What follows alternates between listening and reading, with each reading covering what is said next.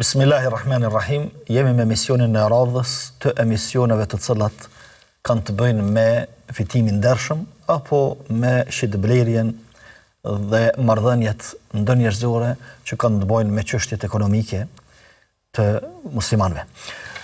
Në emisionin e sonte do të flasim rreth shkëputjes, fuqizimit ose anulimit të kontratës. Deri tash pothuajse kemi folur për kontratën, çka është kontrata, qoftë shitblerjes, qoftë qeras, qoftë punëdhënies ose punëmarrjes, ose ndërmarrjet që i bëjmë mes vete, kontratat.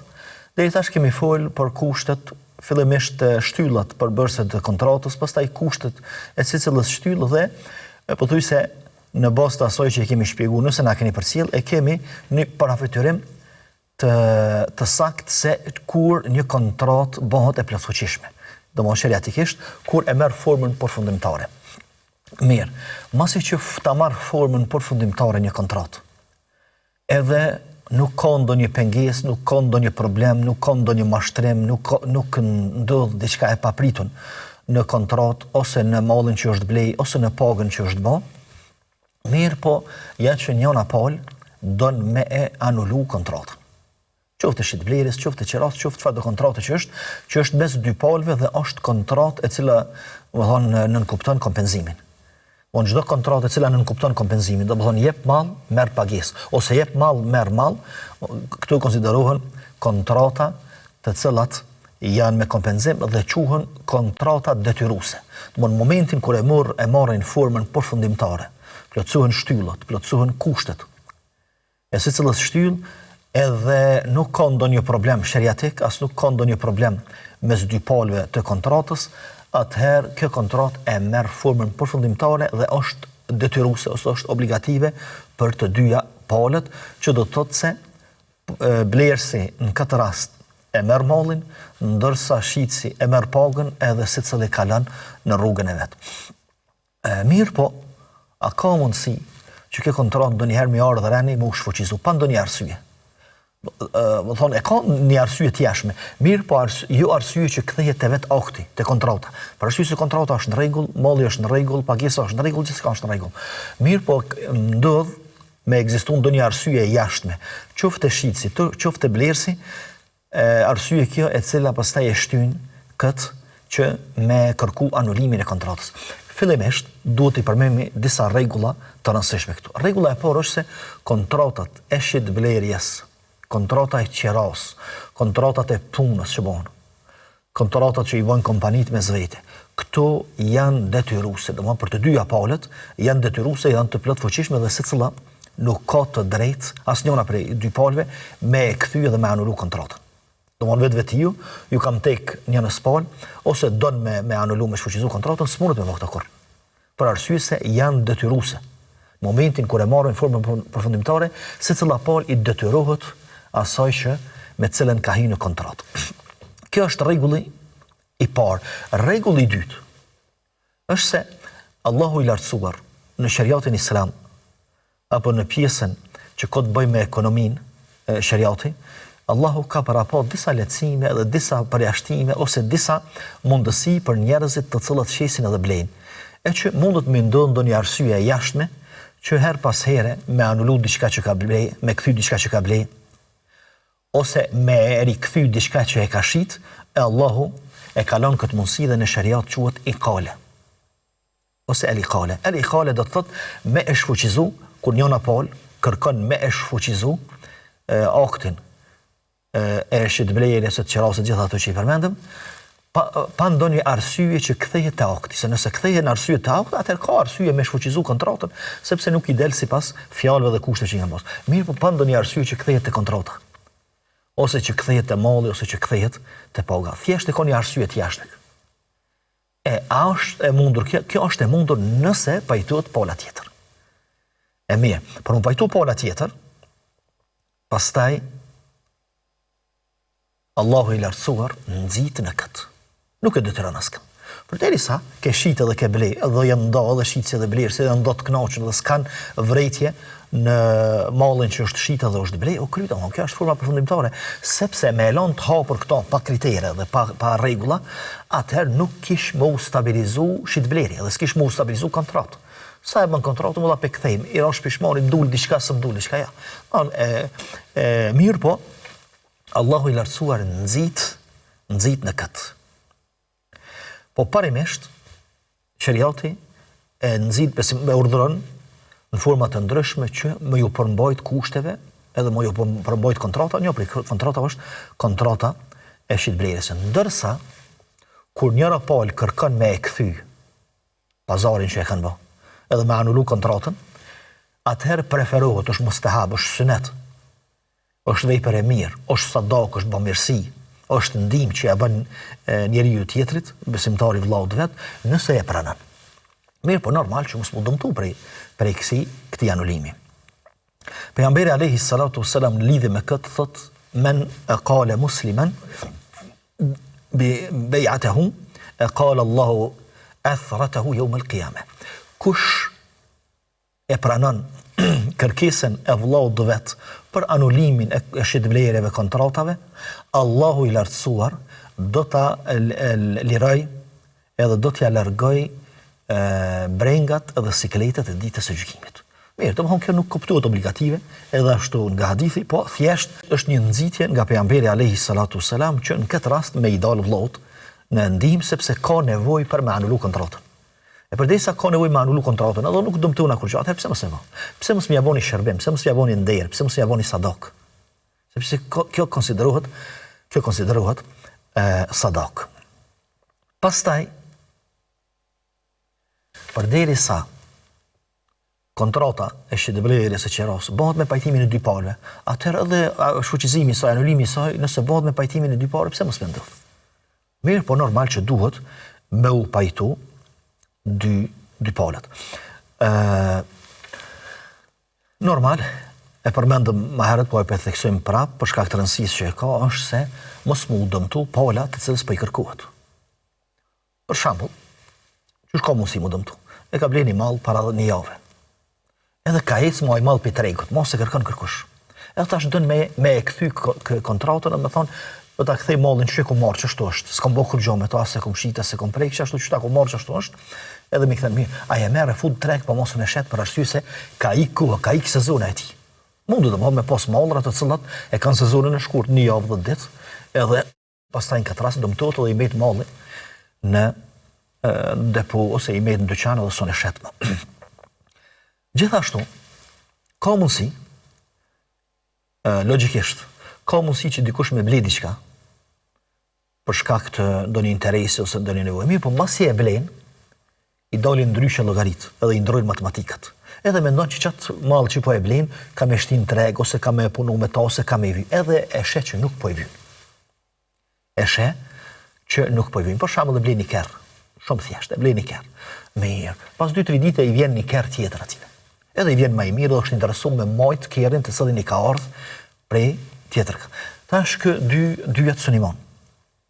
Me nxjerr me shit në treg këto që e ka blej me pare, a e më në shet, asu në shet lodhët, me shita tjetrin, po ko qef me moj, atëherë kthejet të pronari kjetot, a e kthejmë pazarin, a e kthejmë, a anullojmë kontratën. Edhe nëse i anullon, normal që i ban shërbim. Ose edhe blersi, shitësi në fakt. Ka mundësi me shit një malë, por shak se është në zarë, ka ndonjë nevojë, ka ndonjë arsye. Mirë, pas 2-3 dite, i ndrojnë edhe këti llogarit, i ndrojnë matematikat edhe sheh që nuk ka pas nevojë me shitat. Për shembull ka pas borxh. Edhe shumë me lo borxhin, pa e shit kerrin, s'bëhet me lo borxhin. E shet kerrin. Mas 2-3 ditë vjen ai që i ka borxh dhe thot edhe një vjet mos e ke dert se po ta shtyllën një vjet borxh. Mi tash ky thot pse e shita unë ç'më kthi. Edhe shkon i thot blerës, a e kthejmë kontratën, a anulojmë kontratën, a ma kthen kerrin po ti kthej parat që shtikëm. Edhe normal, do të këtu janë normale dhe mundën me i ndodhë shumë kujt. E nëse i ndodhin qështu, edhe nuk ka ndonjë farë hile, nuk ka ndonjë farë diçka që fshihet, diçka e keqe që fshihet prapa këtij anulimi, atëherë pse mos me ndodh, pse mos me anulu. Pastaj, në mënyrë të përgjithshme, pejgamberi alayhi salatu wassalam ka nxit që besimtari me qenë i ngjyrosëm, ose me pas gjithmonë aromën e bëmirësisë, edhe të humanizmit, edhe në shitblerjen e tij. Edhe pse njeri kur shet edhe blen, shet për me fituar, ja dihet. Ose edhe blen për me shit mashtrit, kërsa domethënë e kanë interesat e. Mirë, po çet interesin pejgamberi alayhis salam vazhdimisht ka nxit që me aromatizu me aromën e bëmirësisë edhe njerëzisë, edhe shpesh herë është përpjek që me ja u bë të qartë shokëve të vet, pastaj edhe gjithë muslimanëve, se për te shitblerjes, për te fitimit, edhe interesit material të shitblerjes, në këtë domethënë fitimin të këtë botë, edhe interesit të kësaj bote, ka diçka që është më e madhe. Ajo është që me pas parasysh edhe ahiretin, me pas parasysh edhe botën tjetër, edhe kur shet edhe kur blen. Mënyrë që me pas pastaj, u thon çdo formë shitjes, çdo formë blemjes, me pas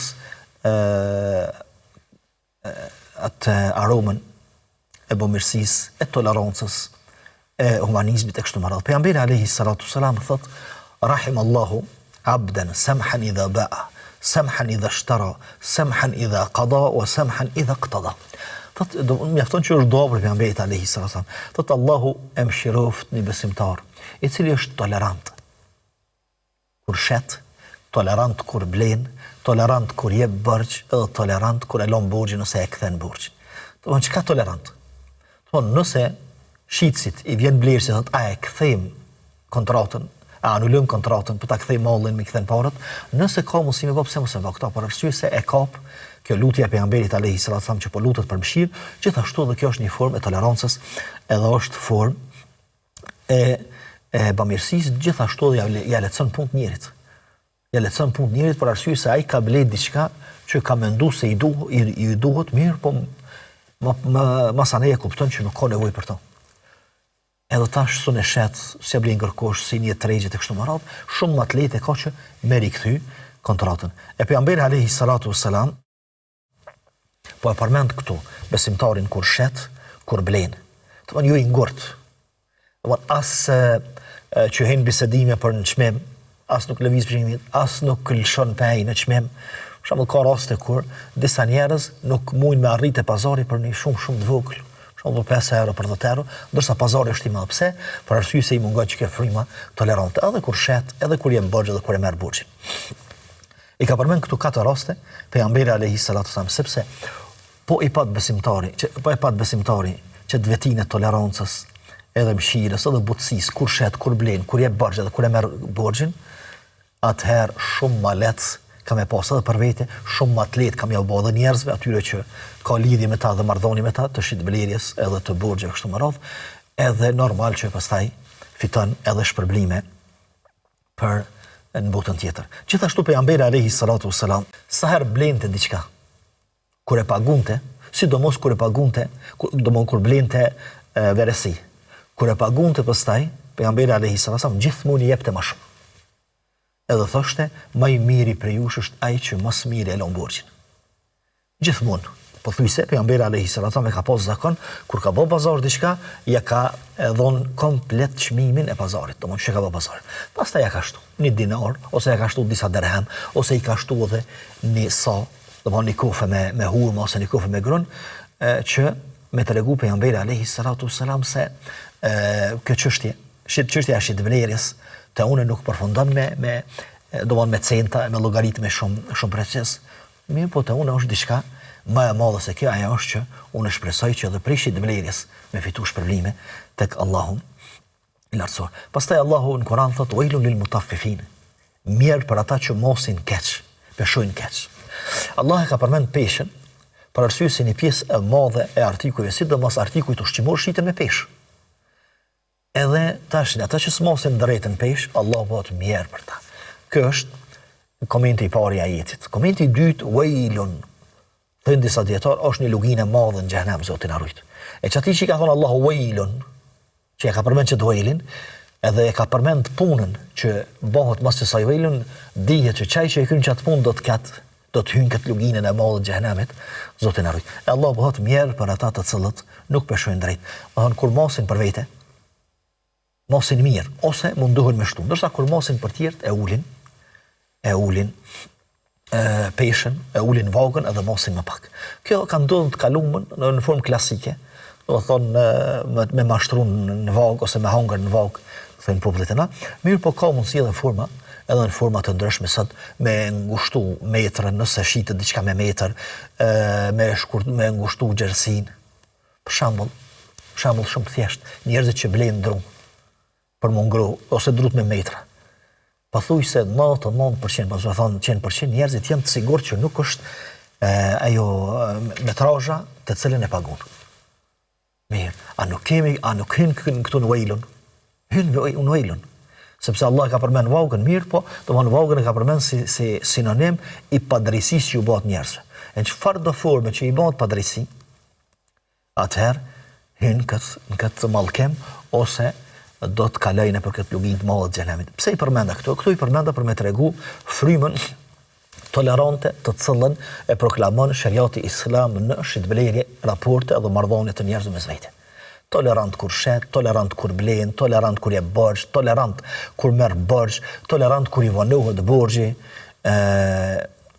do thonë thjesht, nuk e ngushton njerin, nuk e vën në siklet, nëse ka nevojë pala tjetër me rikthy shitblerjen, me anulu kontratën, e anulon pa problem përderisa nuk dëmtohet.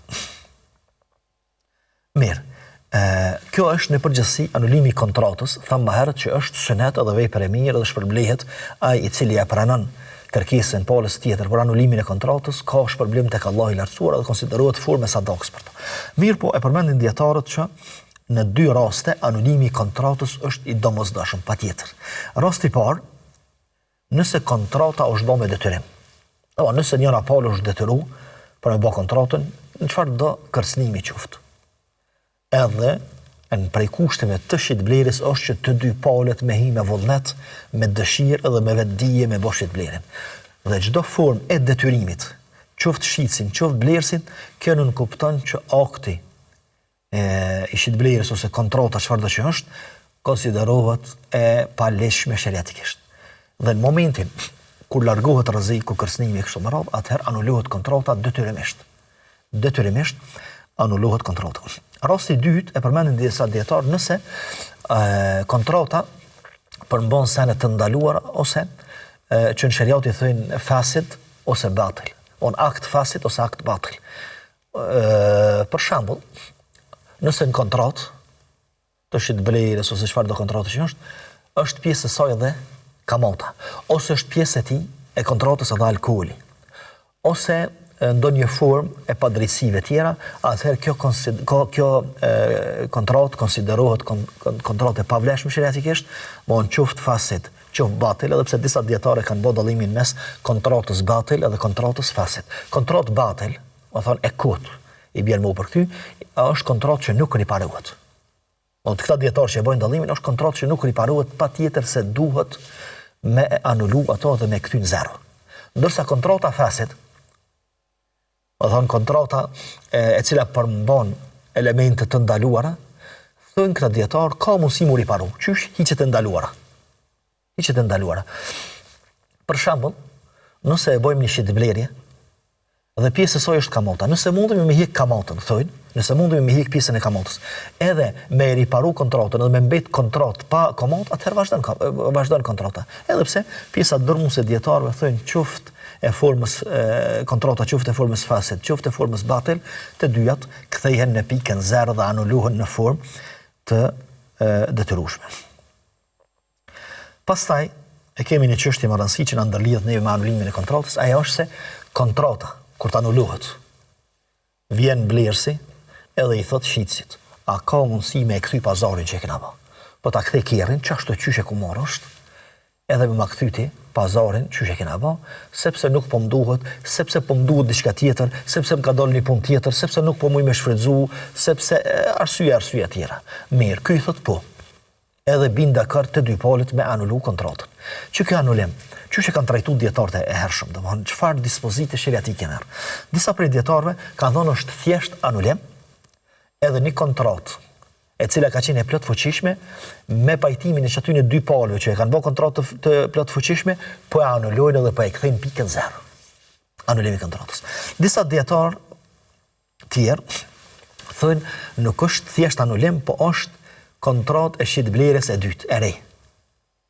Ai i cili ka ble kerrin me 10.000 euro, shkon edhe thot apo e merr kerrin, a e kthejm pazarin, apo e merr kerrin që ta kom blej edhe kthejmë 10.000 euro, disa dietar thënë që është shitblerje e re, edhe konsiderohet shitblerje e re. Mirë, pse po i përmendni këto mendime? Po i përmendni këto mendime sepse neve na ndërlidhet një meselë tjetër me këto. Ajo është se a lejohet me anulu kontratën edhe me pagu diçka për anulim të kontratës. Për shembull, Paula që kërkon anulimin e kontratës, thotë çeve po paguaj edhe më tepër. Domthon kerri ma ka shit 10.000 euro. Çeve ta kthej kerrin, kthemi 9.000 veç. Domthon me pagu më tepër ose me pagu më pak se sa që shkon pazari. A lejohet as lejohet? Nëse themi se ajo është shitblerje e re, edhe kontrata e re e shitblerjes, atëherë lejohet, për arsye se duhet, përderisa i themi kontratë e shitblerjes, duhet me plotësu të gjitha kushtet e shitblerjes, edhe është shitblerje sikurse kur ja nisim prej fillimit, prej sparit, prej zeros, edhe nuk prish punë edhe nëse blehet me çmim më të ose kthehet me çmim më të madh ose me çmim më të vogël se sa që është shit. Ndërsa ata që thonë është thjesht anulim, atëherë nuk lejohet me kthy pazarin me çmimin më të vogël se sa që ka qenë ose me çmimin më të madh se sa ka qenë. Mirë, po është një mendim i tretë që e kanë disa dietar bashkëkohor që thonë se kontrata e shitblerjes kur anulohet, në disa raste është anulim thjesht, në disa raste është shitblerje e re edhe akt i ri. Që do të thotë se aty ku kthehet me të njëjtin çmim që është bë pazari, aty është anulim thjesht. Aty ku kërkohet me pagu anulimin e kontratës, atëherë konsiderohet shitblerje e re edhe akti i ri i shitblerjes. Mirë, po këto do ta shohim më gjerësisht në pjesën e dytë të emisionit, shkutemi për pak për të kthyer pas pak.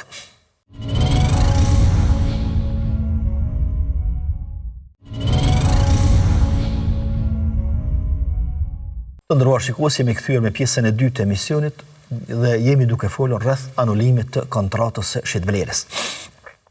Kemi ardhur deri te një pikë që është më rëndësi, ajo është se a lejohet me e anulu kontratën e shitblerjes me një çmim më të madh se sa që është bë pazari ose më të ulët sa që është bë pazari. Për shembull, dikush e ka bler një kerr 10.000 euro. Edhe vjen blersi i thot shitësit, është pronari i kerrit, a e kthejmë pazarin? Ky i thot po, thot mi kthe 10.000 euro edhe unë ta kthe kerrin. Thot ja, as nuk shkon puna ashtu. Ti do të më pagu tash diçka. Për arsye se unë kum blloku kerrin te ti. Unë po një javë që po e kthejm kontratën ose 10 ditë, unë kam ujt me shit tjetër kon. Pastaj njerëzit kanë më thonë ky pse e kthej. Domethënë si du molli është me defekt, si ka pëlqyer ashtu kështu dhe për më një herë bjen në treg. E prej këtu kanë thonë në pjesë e madhe dietarëve që lejohet me kërku më tepër. Ose lejohet me e shfuqizu kontratën me parë. Do të thonë me pagesë. Pala që kërkon shfuqizimin e kthen kontratën, e anulon pazarin, mirë po pala tjetër që po ja pranon, atëherë mundet me i kërku shërbimi, do mundet me i kërku pagesë pa problem. Edhe kjo është mendimi më i afërt dhe më i saktë, Allah e di më së miri, për faktin se dëmtohet personi që i kthehet malli dëmtohet. Pavarësisht se ai po e kthen me qef, pavarësisht se ai po e kthen pa detyrim, mirë po dëmtohet, sepse ai gjatë kësaj kohe ka mujt me shit tjetër kon. Ai gjatë kësaj kohe ka humb tregun.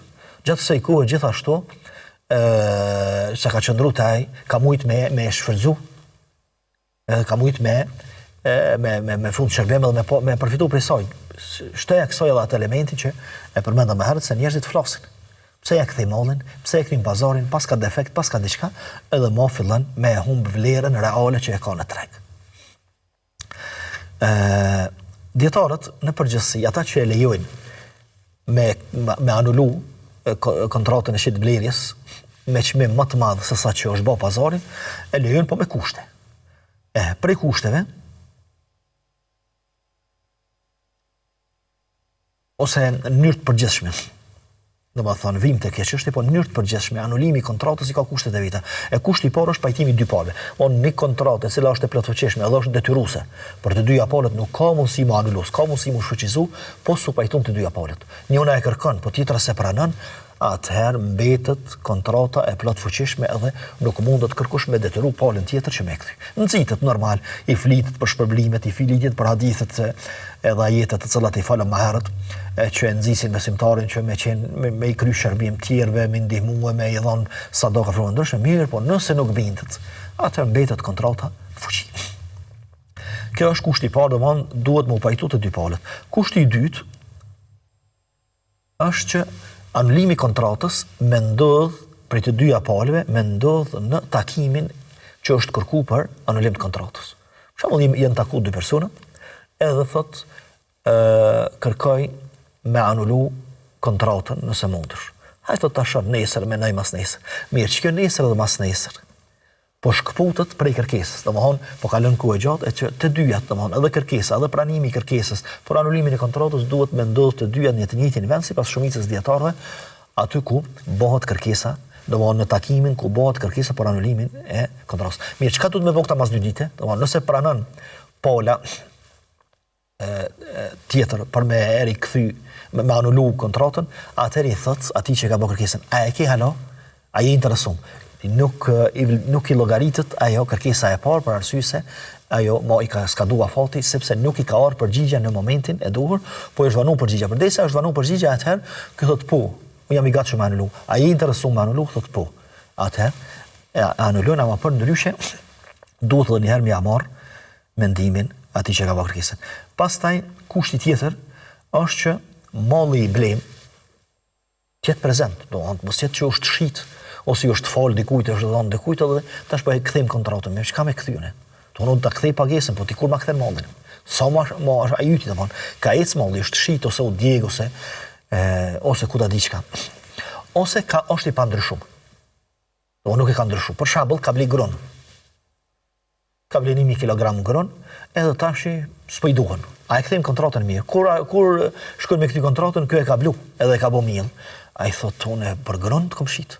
Edhe për gron unë erdha me shfuqizu kontratën, për ndryshe pas ka ndryshuar malli, ma nuk është ashtu qysh e kemi bë pazarin. Gjithashtu, edhe këto dy palët duhet me bë pranim dorëzimin në takimin që janë mbledh për me anulu kontratën nëse është prej produkteve edhe artikujve në të cilat ka lënë kamata. Për shembull, gjëra ushqimore me pare, ose gjëra ushqimore me gjëra ushqimore, atëherë i kthejnë në të njëjtin vend. Ky e kthen mallin në momentin kur e shfuqizojnë kontratën, edhe ai e kthen pagesën në këtë moment. Mirë, tash vim te çështja se a lejohet me çmim më të lartë me anulu. Sot, çysh ndodh, çdo kush që e prish kontratën edhe anulon kontratën, e ka një si lloj dënimi. I thënë dënimi i anulimit kontratës ose shfuqizimit kontratës. Kjo është me rregulla të ekonomisë jo islame, ndërsa në ekonominë islame këtë dënim nuk mundesh mia dhon palës që kërkon shfuqizimin e kontratës, nëse ai nuk është dakord ose nëse ti nuk je dakord me e prish kontratën. Mirë po, nëse tash palës që i kërkohet me shfuqizu kontratën, i thuhet po ta paguaj më tepër, po t'jap edhe diçka më tepër, me anulu kontratën. Nëse ata pranojnë, atëherë lejohet, thamë më herët që të një pjesë e madhe e dietarëve, edhe është e arsyeshme, lejohet. Lejohet nga se personit i cili e ka shit mallin për një kohë, tash po e kthen prap mallin e vet, edhe po e kthen pazarin çashtu që e ka shit, mas një javë, mas 10 ditë, ndryshon malli, ndryshon tregu. Ka lëviz tregu për një javë, për 10 ditë, ose sot domethënë do shta mrena ditës, ose mrena 2-3 ditë, lëviz tregu.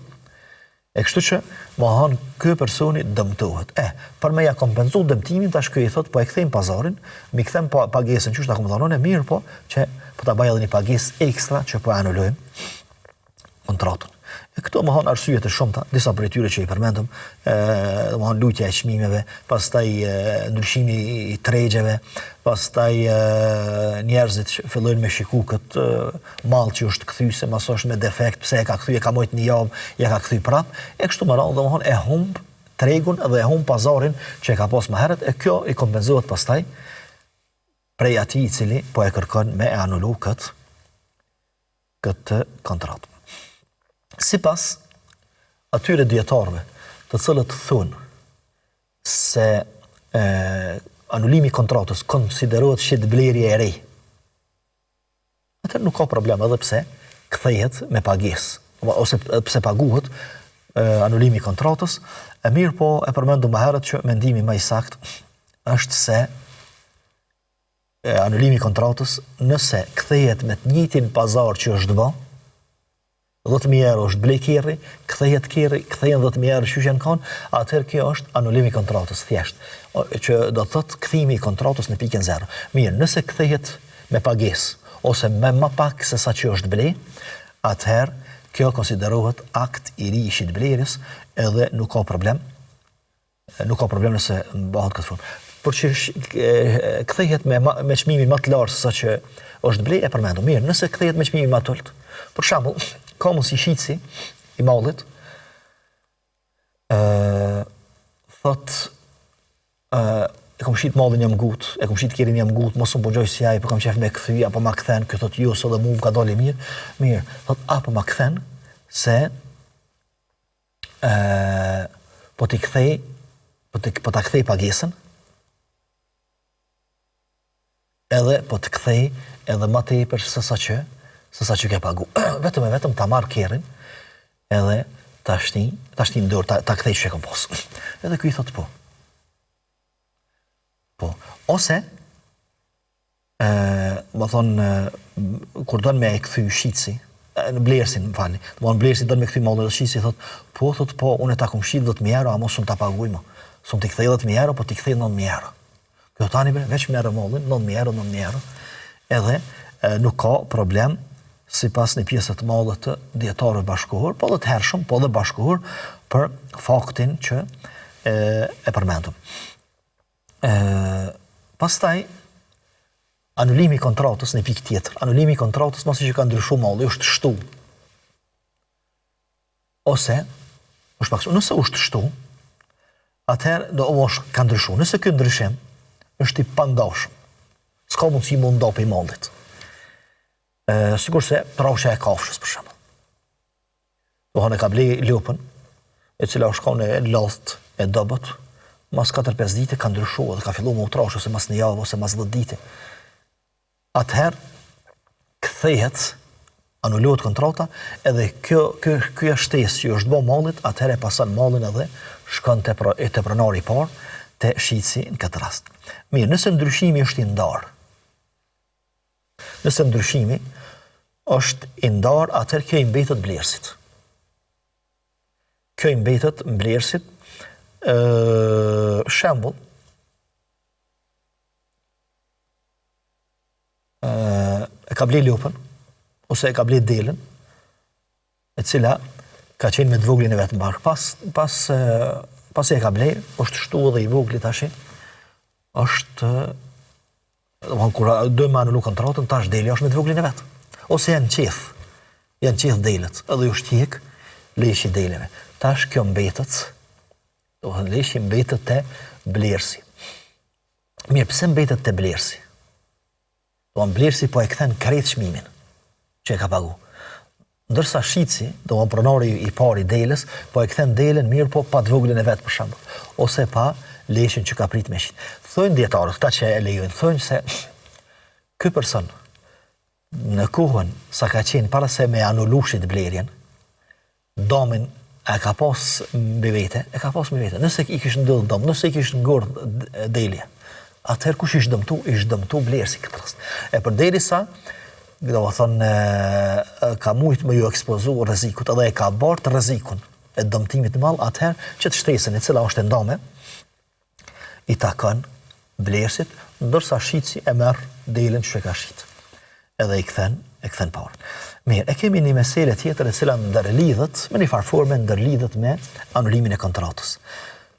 Çështja ka të bëjë me kaparin.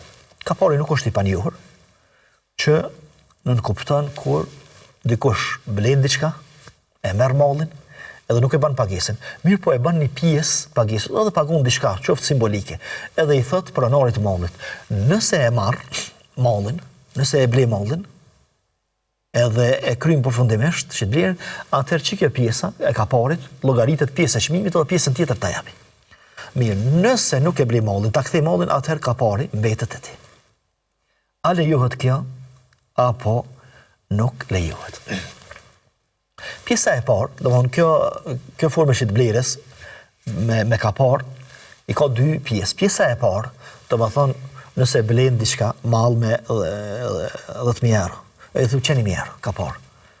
Nëse e kry, domethënë përfundimisht e bojmë pazarin, edhe unë e moj mallin, atëherë ti bie 9.000 dhe bën 10.000. Këtu s'ka problem. Thjesht domethënë e ka ble mall të cilin pagesën e të cilit e ban me pjesë. Mirë, pjesa e dytë është problematike. Që i thot se që të 1.000 euro, në mallin e ka bë pazar 10.000 euro, që të 1.000 euro mojti. Nëse e kthej mallin, atëherë 1.000 euro t'jesin duhet. Qoftë të shitblerja, qoftë të qeraja, qoftë edhe të kontratat e punës. Qoftë edhe të kontratat e punës, për shembull, godit punë me një firmë ose me punëtor. Edhe i thu, domethënë sa kushton me ly shtëpinë, kushton 3.000 euro, që 500 euro. Mirë, mas 2 vite thu ja Allah pe anulojmë se s'mu kanë bë punë, ka orë dikush, mirë, atëherë 500 euro, nëse e bojmë formë të kaparit, 500 euro i mbetet firmës. Mirë, këto shumica dietarëve, shumica juristëve islam nuk e lejojnë, për arsye se thonë është me hangër pasuninë e tjetrit pa hak. Do të 1.000 euro, ti s'po e bën pazarin, po e merr mallin në 10.000 euro. Edhe ja ke dhënë 1.000 euro, tash mallin ja ke kthy komplet. Ai s'po ti kthem ti 1.000 euro, do të çike pjesë thënë është me hangër pasuninë e tjetrit pa hak. Kështu thënë shumica dietarë. Mirë po, janë dietarë të mëdhëbit Hambeli, edhe janë disa dietarë në për mëdhëbe, mirë po, të më thonë individ, ju si mëdhëbe, të cilët thënë po lejohet. Edhe kjo për dy arsye. Arsyeja e parë për arsye se kemi, për faktin se kemi argumente sheriatike edhe arsyeja e dytë se që kjo është praktike. Ç'është është praktike? E para, thënë këta dietar se Omeri radhiyallahu anhu ka shit në çet formë. Bon ka shit në çet formë. Edhe i ka thonë çe kaparin ose çe një pjesë çmimit, nëse e kthejmë pazarin atëherë kjo mbetet e ti. Domthon kjo është vepra e Omerit radhiyallahu anhu, thënë këta dietar që përderisa e ka vepruar Omeri dhe të tjerë nuk e kanë kundërshtuar, kjo tregon që gjithë kanë qenë pajtimit me to. Ndërsa ona praktike është se tash e merr ti mallin e dikujt, edhe kjerën e dikujt edhe i thu që kaparin, e mon një javë. Tash për një javë, ai hargjohet pak. Për një javë dëmtohet. Për një javë i bjen çmimi. Për një javë ja humb pazarin aty, nëse ai e kishte pazar ti tërkon. E që i bjen se çka kapari i ambulant të gjitha që të humbjet çiko. Kjo sa i përket anës praktike. Gjithashtu është interesante se edhe pse e thojnë shumica dietarë që s'lejohet, edhe një pjesë e vogël dietarë thojnë lejon, shumicën e vendeve të botës islame punohet me to. Që të na për shembull, në vendin tonë është punu me to. Është e njohur kapari, që jepet edhe sot pothuajse nuk punohet pa kapar. Shkon me rezervu sallën ose restorantin, duhet kapari. Don me rezervu dars për darsën ose shërbimet e darsës, është kapari. Don me rezervu punë te shtëpia, punë fizike, është kapari. E shet diçka e jep kaparin. Kjo kapari ma tepër për me siguru ato që jam i vendos edhe jam serioz për shitblerjen. Që do të thotë se në mëdhëbin që është i përhapur te na mëdhëbi Hanefi nuk lejohet kjo. Mirë po populli vepron këtë. Që do të thotë se nganjëherë njerëzit edhe pse i kanë përkas një mëdhëbi, kanë gjetë zgjidhjen në një mëdhëb tjetër ose në një fetva tjetër. Ose mund të edhe sot dikush me pas një hoqë të cilin e dëgjon dhe e vetë dhe i merr fetvat dhe e përgjigjet i. Mirë, por nganjëherë përgjigja e dikujt tjetër i ban zgjidhje për diçka që s'u ban hoxhairat. E cila nuk del jashtë rregullat e fesë, nuk i shkel rregullat e fesë dhe nuk konsiderohet e ndaluar. E kështu që shumica e muslimanëve të botës që janë udhëtar të mëdhëbeve që e ndalojnë, e kanë gjetë zgjidhjen te mëdhëbi Hambeli dhe kanë vepruar me to. Kjo tregon se mëdhëbet në esencë ijtihadët e dietarëve të mëdhëbeve janë që m'ia vlerësu muslimanëve punët e tyre. M'ia vlerësu për ditëshmërinë e tyre, edhe adhurimet e tyre, edhe shitblerjet e tyre, edhe martesat e ndarjet e kështu me radhë. Gjithashtu nuk duhet të ketë fanatizëm mëdhëb, sepse po të kishte fanatizëm, në këtë mesele. Po ti përmbaheshim i fanatizmit do duhet ta ndalonim pothuajse në pjesën më të madhe të botës islame që të bliren me kapor. Edhe në të vërtetë kish me qenë siklet.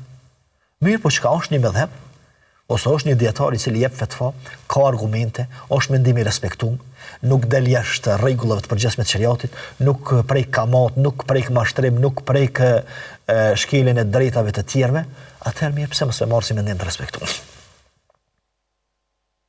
Kështu që, do të thonë mëdhëbet, dietarët, mujtehidët, muftit që japin fetva janë në esencë, edhe pse mund me ndryshu njëri prej tjetrit në disa çështje, me pas mendime të ndryshme për çështje të caktuara, mirë, po në esencë këto dallime në mendime janë për më ju bë zgjidhje njerëzve.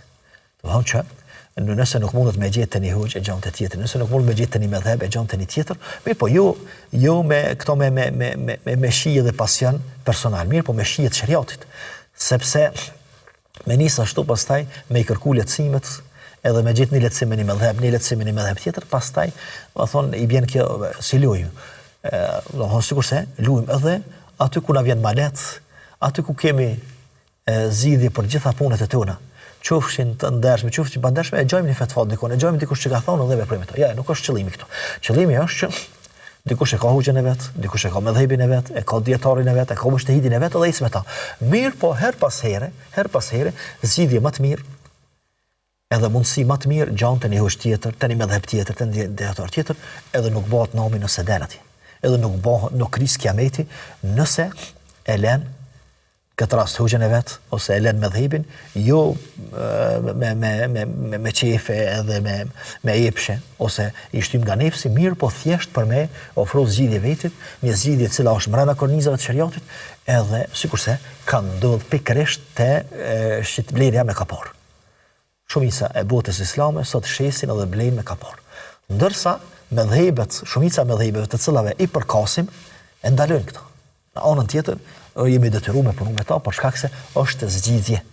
Është zgjidhje praktike, nuk bën ndesh me fen, edhe nuk i prek të drejtën e tjetrit, nuk i han tjetrit mallin pa hak, për arsye se arsyetum më herët. Edhe kjo tregon që mëdhëbet janë pasuri. Mendimet e dietarëve, mëdhëbet edhe mujtehidat, fetvat e tyre, shkrimet e tyre, librat e tyre, interpretimi i tyre që ja bojnë fes, janë pasuri, e pasurojnë këtë fe, e lehtësojnë këtë fe. Ja u lehtësojnë muslimanëve nëse dinë me konsumu mirë edhe me e marrë shërbimin e duhur prej tyre.